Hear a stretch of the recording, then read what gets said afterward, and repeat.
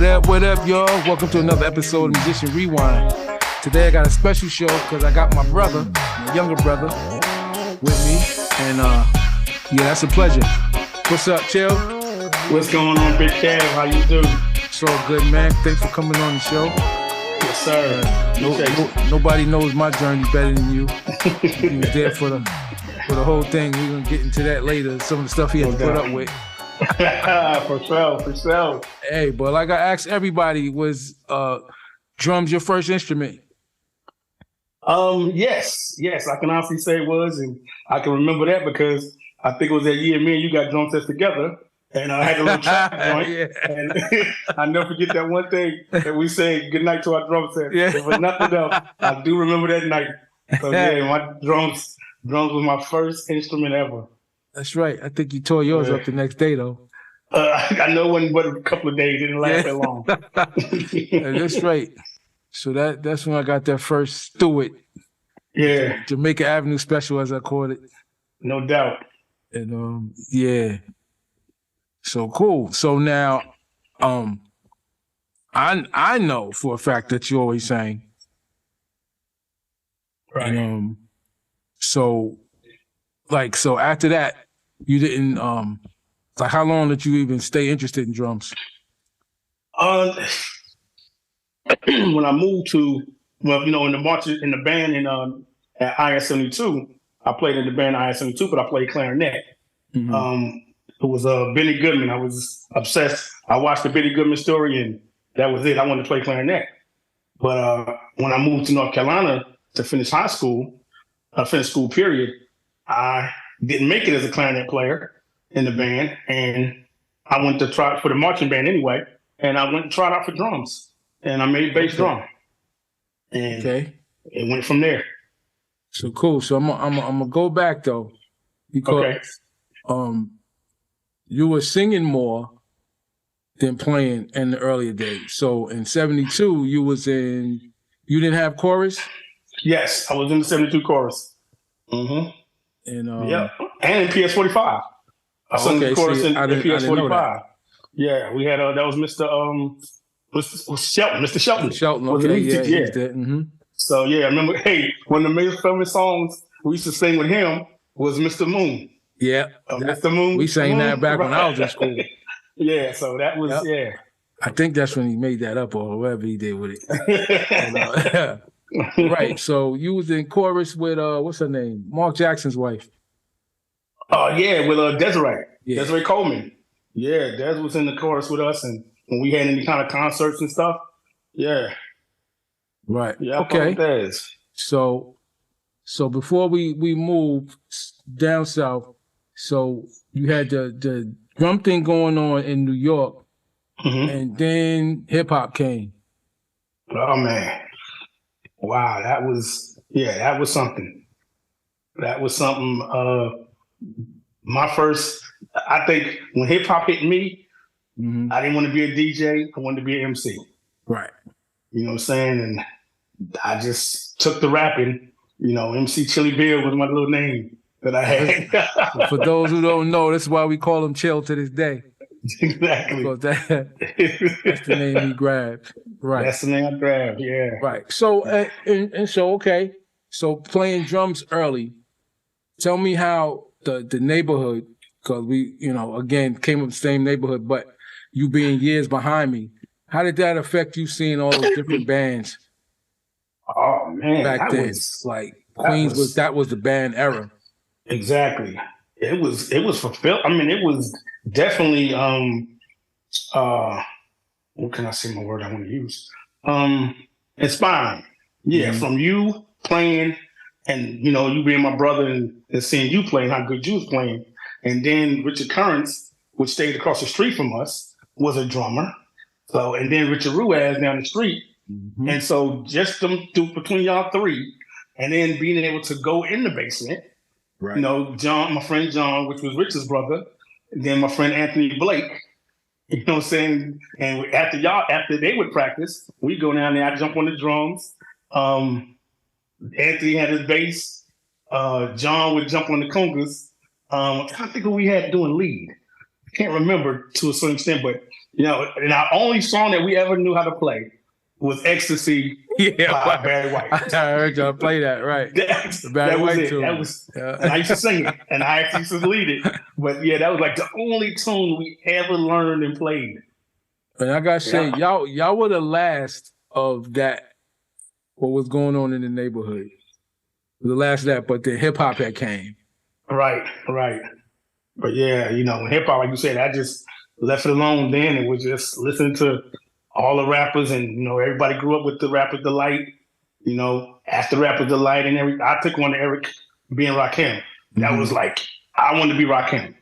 From then on, I don't care whatever the rapper came through. Excuse me, I wanted to be Rakim. Yeah, so that was that time, but it was. I mean, you know, I think about hip hop back then and see, like you said, 50 years now, and knowing that I was born into hip hop when it first started. You know, was able to grasp it with the local DJs, the local MCs, in the parties. You know, in the park, right, and everything seemed. Because I can remember in the earlier days, that's when the bands and the DJs was working together. When the band wasn't playing, the DJ was playing. Right. So that was that. There was that phase. Is also the phase that people don't, you know.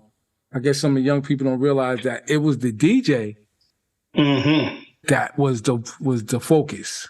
Yes. It was all about the DJ. Exactly. That's what kept it going. And the MC was just the DJ hype man at that time. Man. a lot of you guys don't know that. When he did stuff, he was hyping the DJ. He wasn't talking about himself. That came later. Yep. That's when it shifted. When the battles started with the MCs. Right. Other than that, the MC job was to talk about the DJ. That's it. Because you always wanted to see what the DJ what he was going to do.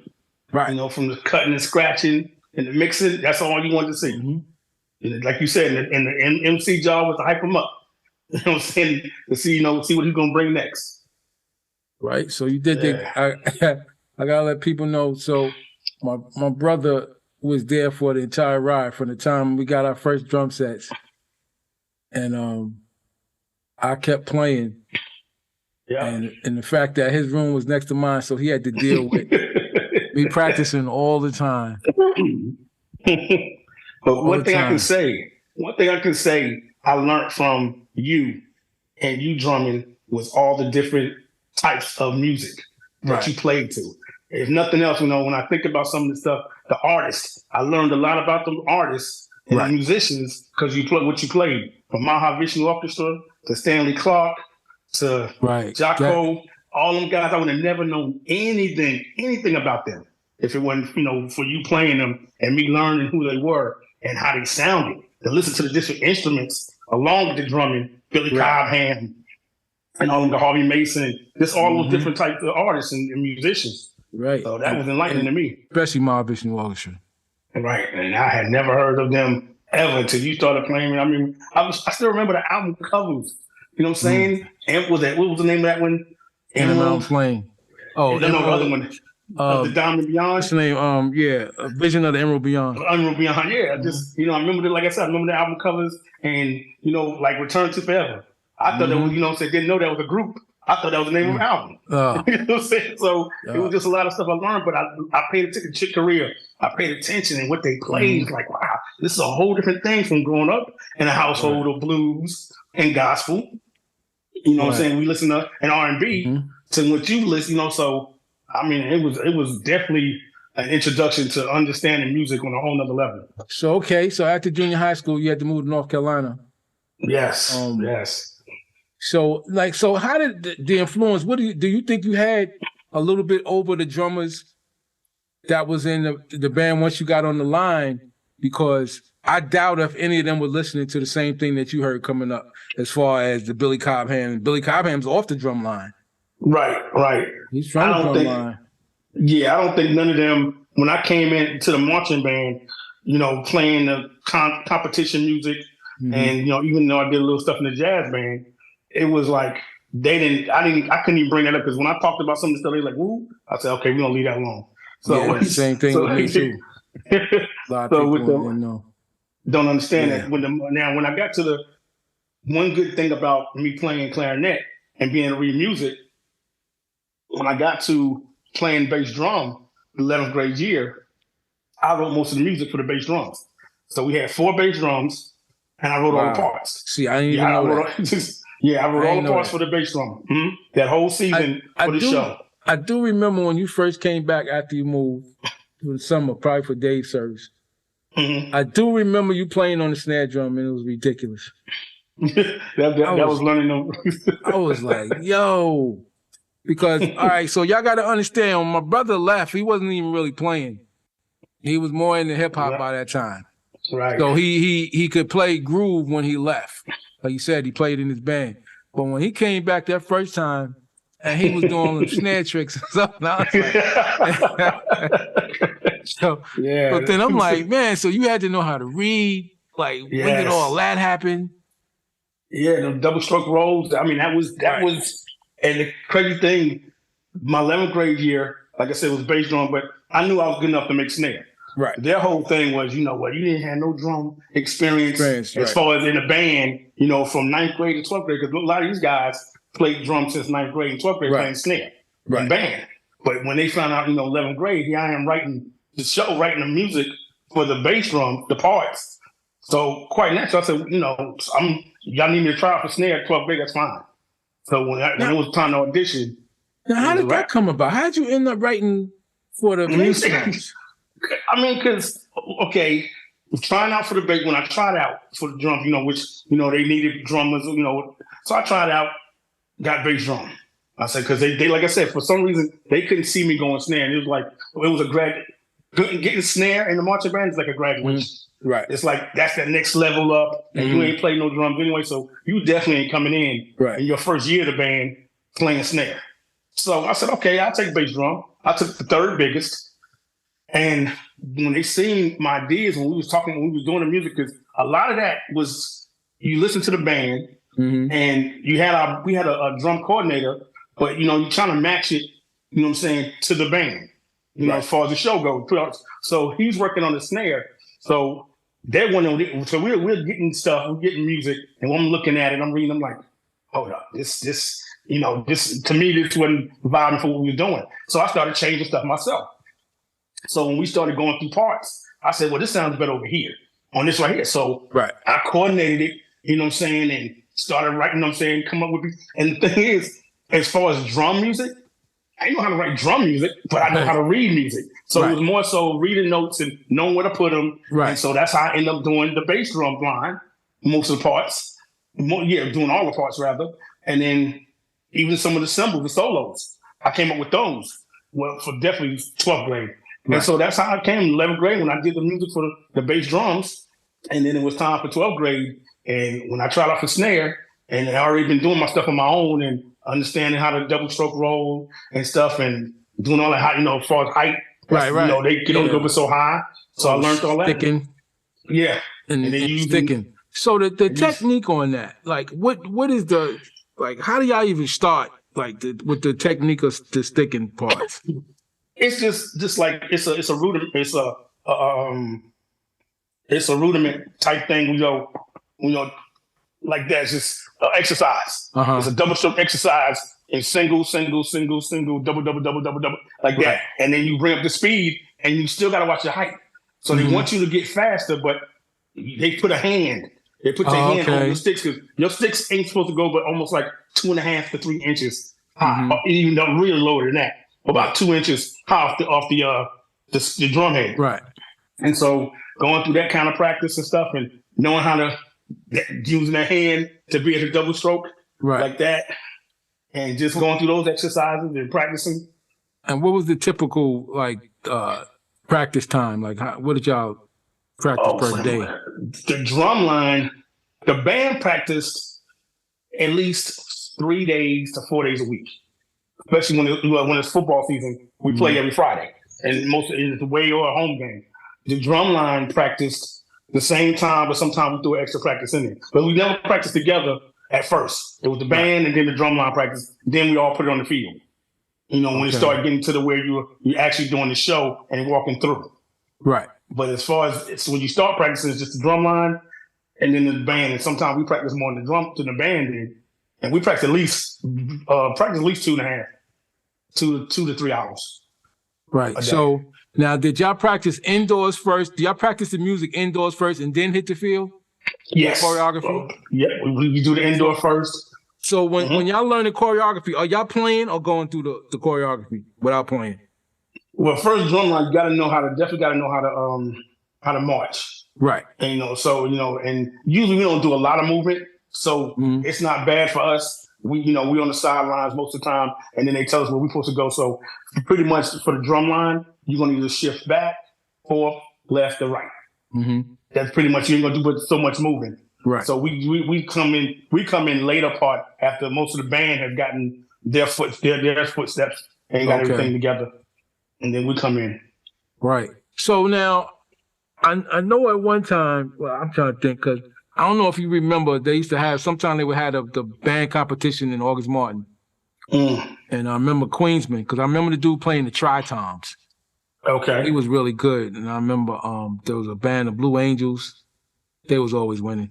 But I remember the dude in the tri-toms. He was really good. Were y'all reading music on the field? Yeah, that's the crazy part, Kerry.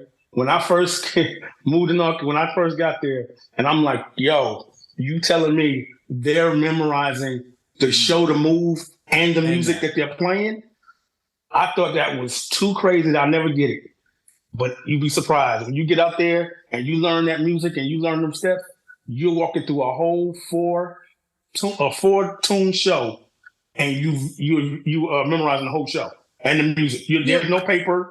Yeah, right. Because that's the one thing I always said about the Drumline. I know I watched when we was doing the homecoming for Bethune-Cookman. And I was playing with Lala and Lilo. We was all on the show, and so after sound check, I went out there and watched the band practice. And that's the first thing I noticed. I was like, yo, nobody's reading charts. I said, so that means they had to memorize this and they out here doing choreography. Yeah. Yeah, so that's how it was, man. I couldn't believe it. And mind you, I did this for 2 years. So I would have to say, do y'all practice all summer? Basically, at least not the whole summer, but at least now we have camp. So you have band camp for at least a good week, which is straight, mornings and afternoons or evenings. So you practicing twice a day for a week or 2 weeks. Commitment. So that's like football players that go to camp. Yeah. Our drumline and our band, as far as the band, when I got in the band, it was equal to ROTC. When they talk about discipline and structure. Right. We get dropped for push-ups like the ROTC would. Wow. We stand at attention, wouldn't look and stuff. Nothing like that. I mean, the band was hardcore and they didn't play. And like you said, we didn't read no music. We didn't, like I said, we hadn't none of them stands or nothing. When we went there on that field, we learned the whole show with 4 tunes, and we marched and played. Memorized. Totally memory. I was like, can I do this? Wow, when I used to see these bands, because when I first seen them, that's how I ended up getting into the band or wanting to come back to North Carolina, because I stayed one summer, past the summer, and went to a football game, and I seen the band. Right. And they on the field doing their thing, and there's no paper, like you said, there's nothing on these guys' drums or these guys' instruments. Right. And I knew then I wanted to be a part of that band. And when I become a part of it, I see how they memorize the parts and memorize the show and get on there and do their march. Yeah, because the drumline, that's such a different animal. I always wondered if a lot of guys on the line actually played sets, though. A lot of them didn't. A lot of them just snare. That's it. Only a couple. There was a couple guys that actually knew how to play sets, and then most of them knew how to read. So they was like, no. One of the guys, he come up like one of the best drummers I ever met as far as in high school. Right. And he knew, when they show the parts, it showed for the bass drum, shows for the tom-tom, shows for the snare, the cymbals, but me learning how to read anything, I'm sitting here and I'm like, okay, listen to the music, exactly what to play and what to play. So them knowing how to read drum music, I'm knowing how to read instruments as well as drums, made it easier for me to put stuff together. That's how I came up with the bass drum music for the line. Was those bass drums heavy? Oh man, what it? Yes, sir. Because y'all had, well, I know over the years that the things have changed from just being a strap to the brace on them. Like now you'll see them with a whole brace that goes on their body. Yeah. That holds it. Yeah, harness. Opposed to back in the day when it was a strap. Straps. Yeah, it's all harness now. It's like a whole harness and the drum fits on there. Fits on there, right. So it's a whole lot definitely easier. Better, right. But it's still hard to carry. It's still, when you're moving around, you're sitting there standing at attention on that field, and that show is about, that show is about a good 7, I'd say about a good 7 to 10, depending. It show about a good 7 minutes, and you moving, depending on how much you got to move, and you got that bass drum, and you stand at attention, and all you're doing is looking straight ahead, or if you got to look front and making sure you step in and march. Yeah, I see these dudes be kneeling now and getting up and all kinds of stuff, man. Like, you got to know how to move with that drum. Swing, right? Move with that drum.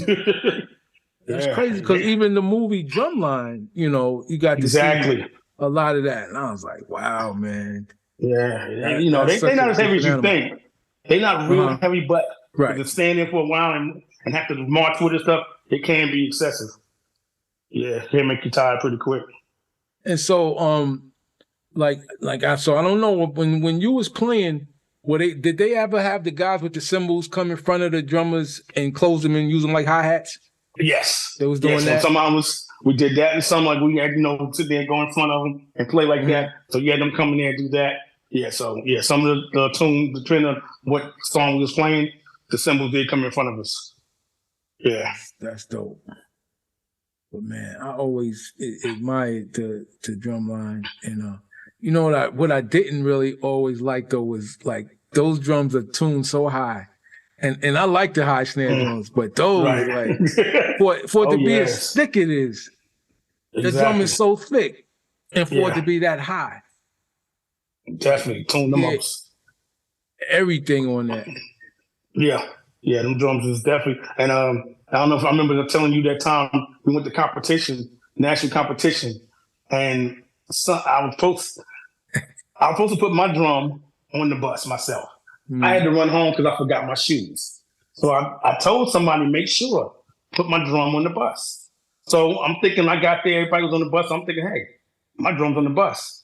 We get all the way to Asheville. We did a little practice before we got to Tennessee at the school.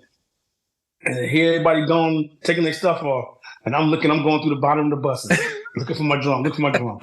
Come to find out, my drum was still in Rockingham, North Carolina. And we had national competition the next day. And here I am now. Mind you, I got solos, playing snare, and I got solos. I'm the only one that knows the solos. Wow. It just so happens, though, before we performed, my band director had talked to another band director that performed before us. His band performed, and they let us use a snare because it was white, and it pretty much was like the same as ours. Other than that, I was not going to play. So what kind of push-ups you had to do for that? Oh, man. I with the drum on my back type stuff at that. Yeah, it was crazy when I got back. When I got back, tell me about the solos, man. Oh, yeah. I mean, I made them up. I made the solos up, and it was different parts of the song. Like one of them, the opening of a song, I had to do the cymbal, just real, crescendo, and then bring it back down. So I came up with that one. And then it was some more where I played a little bit, you know what I'm saying? Then there was another song that I did a solo. Basically, when I mean solo, I had the opening parts and did just a little something. Mm-hmm. Yeah, so it wasn't major, but yeah, I done the 2 parts I came up with, and yeah. Wow. Yeah. So for anybody listening that don't know, a lot of this information is new to me because my brother moved to North Carolina when he was going to high school, and I had graduated high school. So I didn't see any of this. I missed all of this part. And being on the drumline and stuff like that. So I didn't come down to graduation when he graduated. Right, and the band don't play at graduation. Right, so I ain't know nothing about no solos, and I would have loved to have seen that and stuff. So I'm like, wow, okay, I didn't do that. That's what's up, man. But I love the drumline. So But so back to when you first got there though, Mm-hmm. because coming from around our way again, hip hop was huge. So for you to move to North Carolina, and how did you even like? Did they have a chorus that you could have They joined? did. They did, which I did join the chorus at Richmond. I don't remember Rockingham having one. Rockingham Junior High at the time. But Richmond did have one. Mr. Calicut was our music director. So I did join them and sung with them a little bit, but it was sometime it would interact with band. So that's why I really didn't stay on. But I did join them. But the band was just the primary. So now you said that you did some stuff with the jazz band. Just a little bit more like a fill-in, you know what I'm saying? Because they only had one guy that would play. So you had to play. Really you had to play a set. Yeah, I had to play a set, and they really didn't do that much. It was more of the jazz band class. I think we did one thing when we used to have band days, and they used to have this McDonald's band day every year. And one time I got to play because usually it was, like I said, it was one person that actually played all the time when they was the jazz band. And so when I joined the jazz band, I was like the replacement or the fill-in. So I got to play one time. So yeah, it was okay. It was not like some other jazz bands that I knew of that in some of the other schools that really got some playing time. But yeah, it was good. It was cool. So I mean, did y'all go to a lot of were y'all in a lot of competitions or? As far as the marching band, yes. Yeah, as far as marching band. Man, gosh, my 11th grade year, we hit a record 30 trophies. Wow. That year, yeah, that was a record for us, 30 trophies. And my 12th grade year, we went undefeated for the Drumline. Wow. Every contest we went, we won every one. But and the thing is, we was a competition band, so even when we was in the stands, we couldn't play some of the stuff that some of the other bands played. Right. Like some of the hip hop stuff or any kind of R&B stuff. The closest we came to that is when we used to come from the practice field to the band room when we would finish practice for the night, and we would play all night long. And it was only me playing the snare, one of my boys playing the trombone, and the other dude playing the tuba. And we would play all night long. And and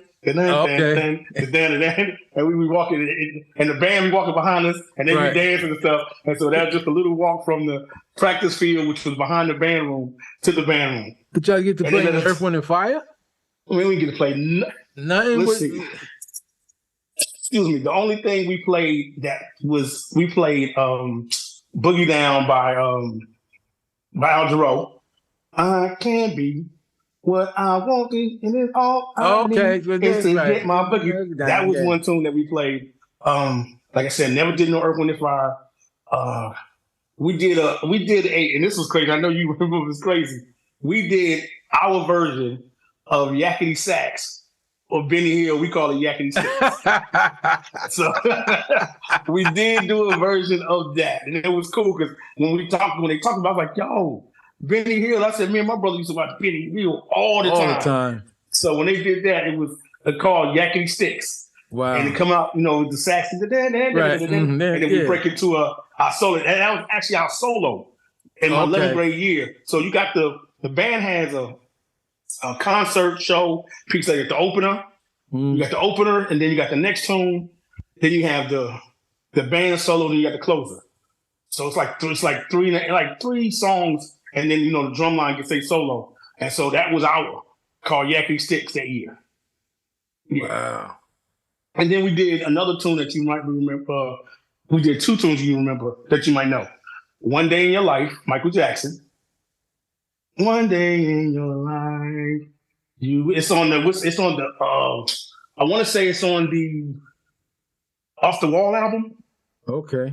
I think it's called One Day in Your Life, one of the slow cuts. We did that, and we did Shadow of Your Smile. Okay. We did Shadow of Your Smile. So that's like the... But who came up with doing the Al Jarreau tune? That's what I want to know. Yo, it was like...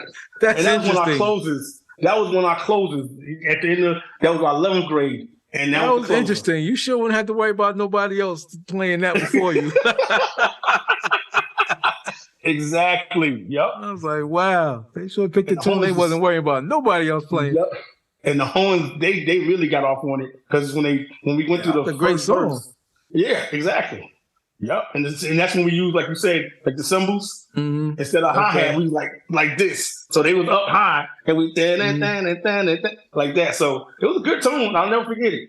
Right. Yeah. So in your competition, did y'all have like that rival band that was always the one that would push y'all, that y'all were meeting up against? Lee County. Okay. The Lee County band day against Lee County. That was, if we had to worry about anybody, Lee County was like the only ones we ever don't worry about as far as local.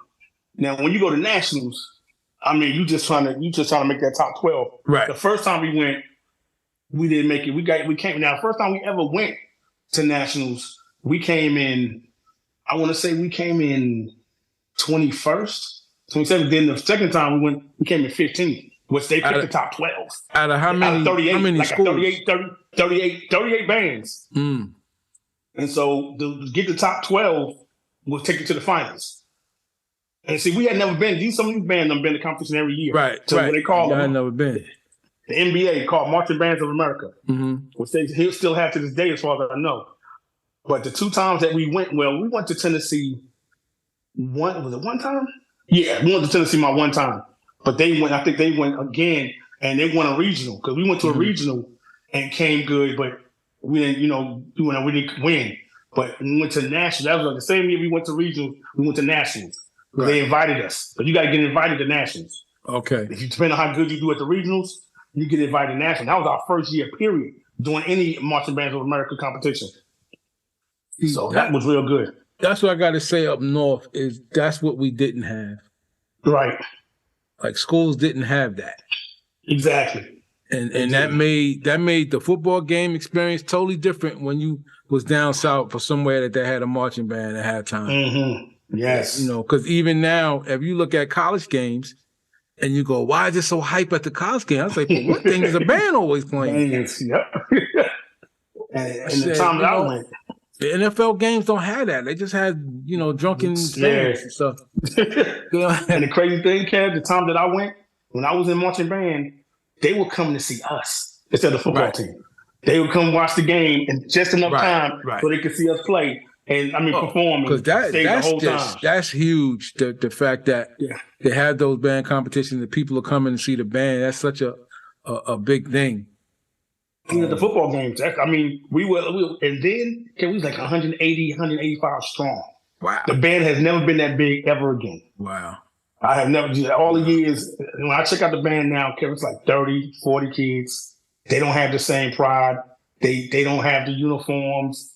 They sometimes they playing with paper on this. It has went from us being this elite marching band with 180 strong uniforms, the pride of Richmond County, and everybody knew. When I tell you, they were scared of us. Any competition we went, any kind of band, they was like, "Oh, here come Richmond." All right, so at the competition, and nobody really wants to have to deal with Richmond. Exactly. How were the battle of the drum lines? We did that one time. They was able to let us do it, because usually, us being those type of competition bands, we play classical music or that type of music. They didn't let us really do it. But one time, my 12th grade year, they allowed us to go up against another drum line, and we ripped them to shreds. We ripped them to shreds, and we had always practiced for it, because we always wanted it to happen. And during our my senior season, and I think it was on our last contest, we was able to challenge, and we tore them up. So yeah, it was something to be on that drum line. That rated drum line was no joke. And there was drum lines in the state of North Carolina. Any competition we went to was afraid of us. They were actually. And now, so this, and again, this is high school level. Yes. I know for most people, they'll see more of college level. Is it still big with the high schools? Not as big as it was when I was there. The band program is not nowhere close. Is that funding? Lucrative. I think it's funding as well as credits, because we used to give a credit for a marching band. They don't give a credit for it no more. So the enthusiasm and the interest is not the same anymore for the band, and so you don't see the discipline and structure that we had for the band now. When I see the band and I go out there, it's like, wow. to know what kind of structure and discipline we had compared to what I see on the field now, it's totally different. Right. Totally, the competition. They're not even a 4A band anymore. They so small. They like 1A, and basically basically what that is. Those ratings are based on the number of when it comes to band competition, the number of members you have in your band. So usually the 4A is based on how big the school is as well. Right. But if your band falls short, because we got Richmond as a 4A school because of how many students. Right. But the band is 1A because of how many band members. Right. So and I guess it depends on where you at in the States, right? Yeah, because, exactly. Again, the colleges have to be expecting people to come out of bands from the high school level. When they come to college, they need somebody, they ain't starting nobody from the beginning in college. Exactly. So if it starts to suffer in high school, that means it's going to be bad for the colleges. Right. They're not taking anybody that, you know what I'm saying, because you got to try out even when you go to college. So you got to be on that level. And then you got some people that actually went to drum and bugle course. That's that DCI. Now, what's the difference? What's the difference? It's drum and bugle. Is it just that drums and bugle?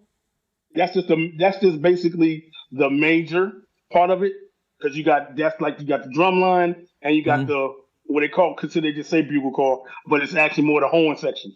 But you got some that have woodwinds and then the color guard. Okay, so I was getting ready to say, is that brass, just the brass? Right.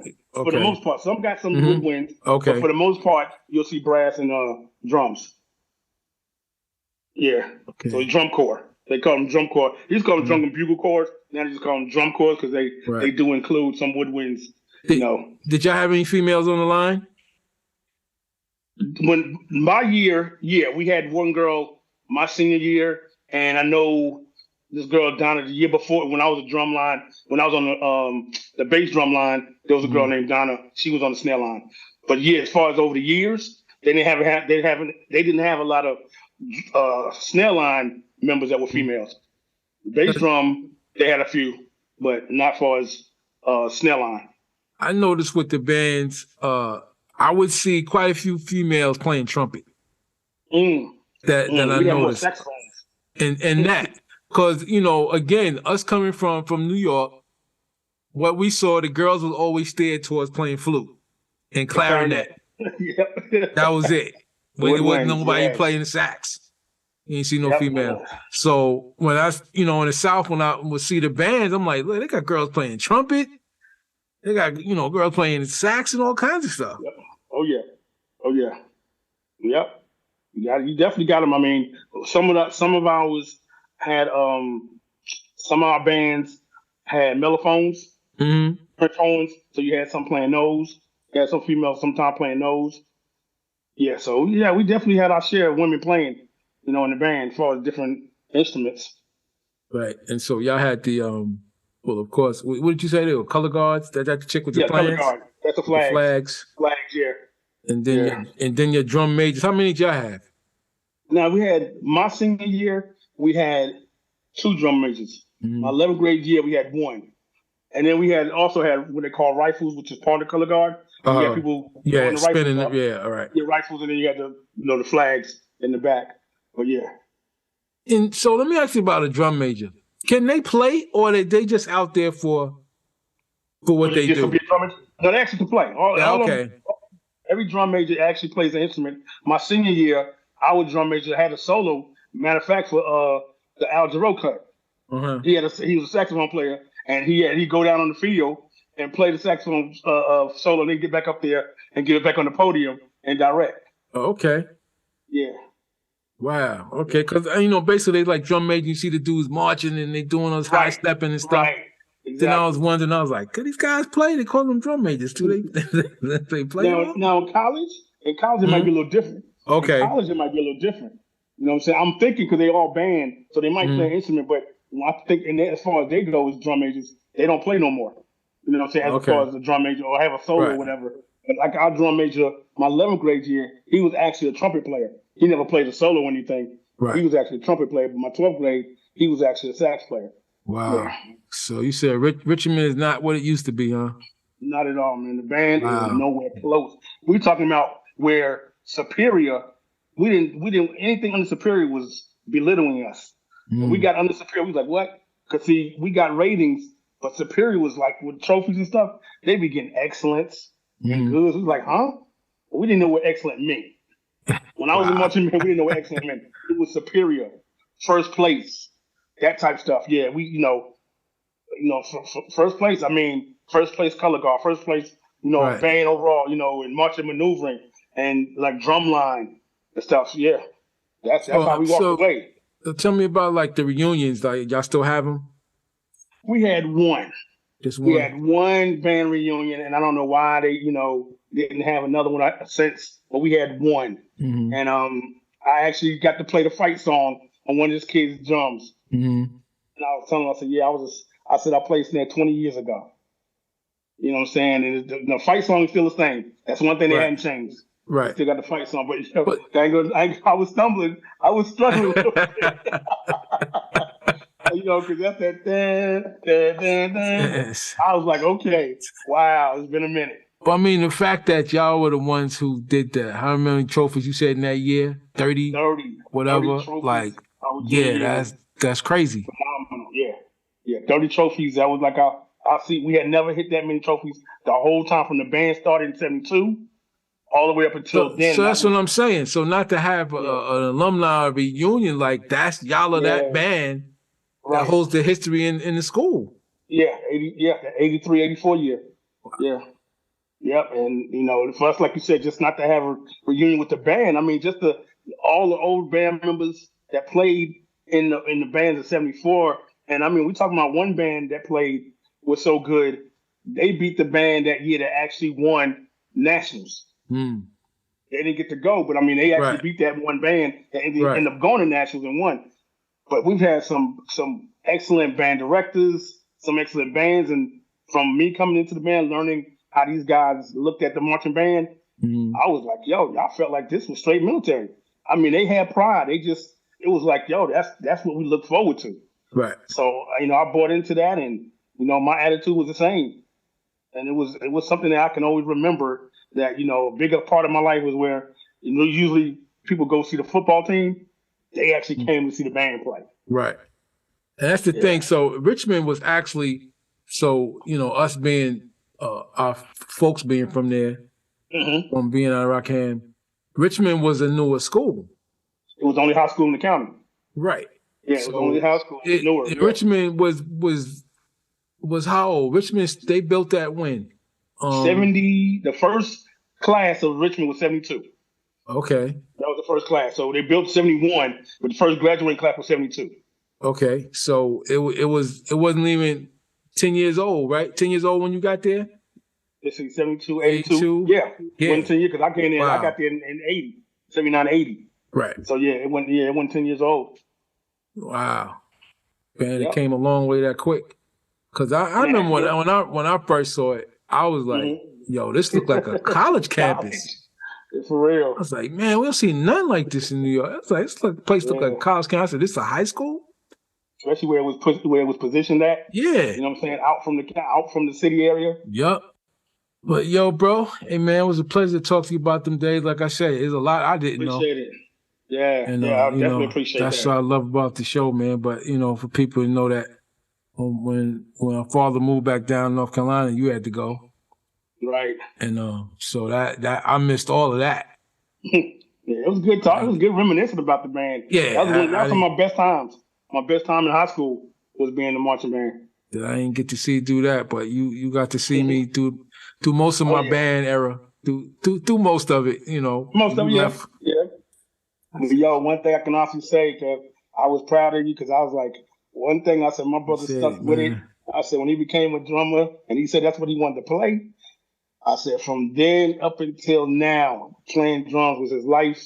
And he definitely showed that he was good. He was hey, I'll tell anybody, yo, my brother can outplay you. I didn't care. I said, when you come down here, he's going to outplay you. So I'm just going to let you know that. And I was proud of it, man. And footwear and stuff. Yeah, God bless our sister, resting in peace, because Joyce was the same way. Yeah. Joyce was the same way. She was running to a drummer. She go, you know my brother? I was like, Joyce, everybody ain't gonna know me. But the funny thing was that they did know me. Like, you know my brother? What's your brother's name? Karen said, oh yeah, I know Karen.